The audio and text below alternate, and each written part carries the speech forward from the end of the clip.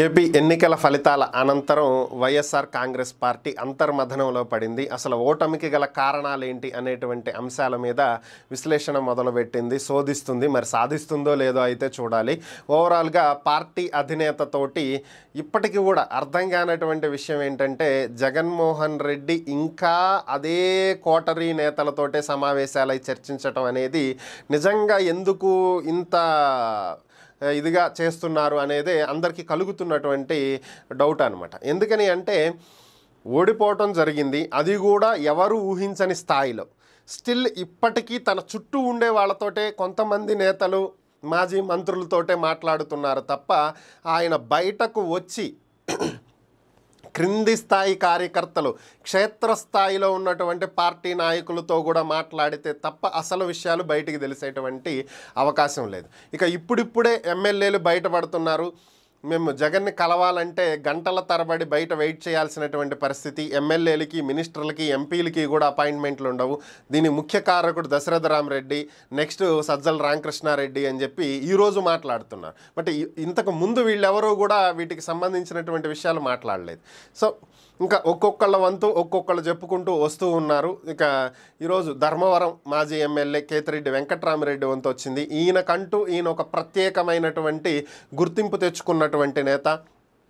Good morning Dharmavaram పేరుతోటి గత 12 ఏళ్లుగా ఆయన ప్రజల్లోనే తిరుగుతూ ఉన్నారు. ఉదయాన్నే వెళ్ళి పలకరించటం, సమస్య లేదన్నా ఉంటే అక్కడే సాల్వ్ చేయటం, ఇది మొత్తం దేశవ్యాప్తంగా అభిమానులు సంపాదించుకున్నటువంటి ఒక ఎమ్మెల్యే. సో అలాంటి వ్యక్తి కూడా ఎన్నికల్లో ఓటమి చవి చూడాల్సి వచ్చింది అంటే పరిస్థితులు ఏ స్థాయిలో ఉన్నాయి అనేది ఒకసారి గమనించుకోవాలి. సో చివరి రౌండ్ వరకు దాదాపుగా 11,000 మెజారిటీ పైన కొనసాగుతూ వచ్చినటువంటి వ్యక్తి 11 రౌండ్ల వరకు, ఆ నెక్స్ట్ వచ్చినటువంటి రౌండ్లో చిన్నగా తగ్గుతూ వచ్చి చివరికి బీజేపీ అభ్యర్థి సత్యకుమార్ మీద 3,000 పైచిలుకు ఓట్లతో ఓడిపోవటం జరిగింది.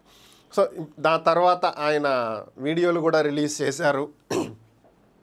ఎందుకు ఇలా జరిగిందని సమీక్షించుకుంటామని, తర్వాత ఈవీఎంలో ఏదో ప్రాబ్లం ఉందని రకరకాలుగా వీడియోలు అయితే వచ్చినాయి.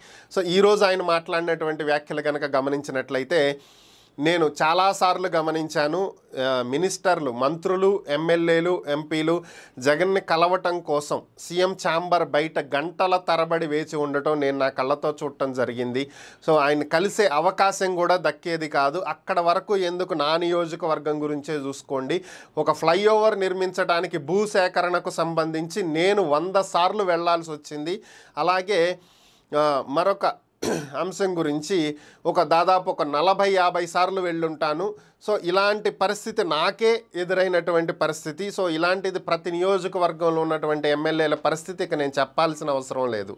సో ఇది ఆయన చెప్పినటువంటి ఒక ఆవేదన. అంటే సీఎంగా కాకముందు జగన్ని కలవటానికి ఉన్నటువంటి యాక్సెస్ సీఎంగా అయిన తరువాత ఆ పార్టీకి చెందినటువంటి నేతలకు, ఎమ్మెల్యేలకు, మంత్రులకు, ఎంపీలకే లేదు. ఇక సాధారణ కార్యకర్తలు కలిసేటువంటి పరిస్థితి ఎక్కడుంటుంది. సో ఇదే ప్రభుత్వానికి, ప్రజలకు మధ్య, అలాగే సీఎంకి, పార్టీ క్యాడర్కి మధ్య ఒక అగాధాన్ని ఏర్పాటు చేసింది.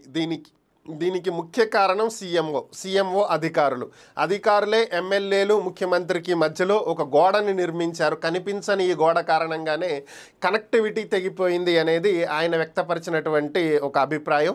మరి వీటినన్నింటినీ జగన్ ఒకసారి అందరితో కూర్చుని మాట్లాడి దీనికి తగ్గట్టుగా చర్యలు చేపడితే వెంటనే దీని నుంచి బయటకు వచ్చి ఓటమికి గల కారణాలు, భవిష్యత్ కార్యాచరణను రూపొందించుకుంటేనే, ప్రస్తుతం అందరూ కూడా ఒక నిరాశ నిస్పృహలో ఉన్నారు పార్టీకి చెందినటువంటి క్యాడర్. వీళ్ళల్లో కొత్త ఉత్సాహాన్ని నింపాలంటే పార్టీ అధినేతే బయటకు రావాల్సి ఉంటుంది. పార్టీ అధినేతే రాకుండా ఇలా ఉంటే మాత్రం చాలా కష్టమయ్యేటువంటి పరిస్థితి.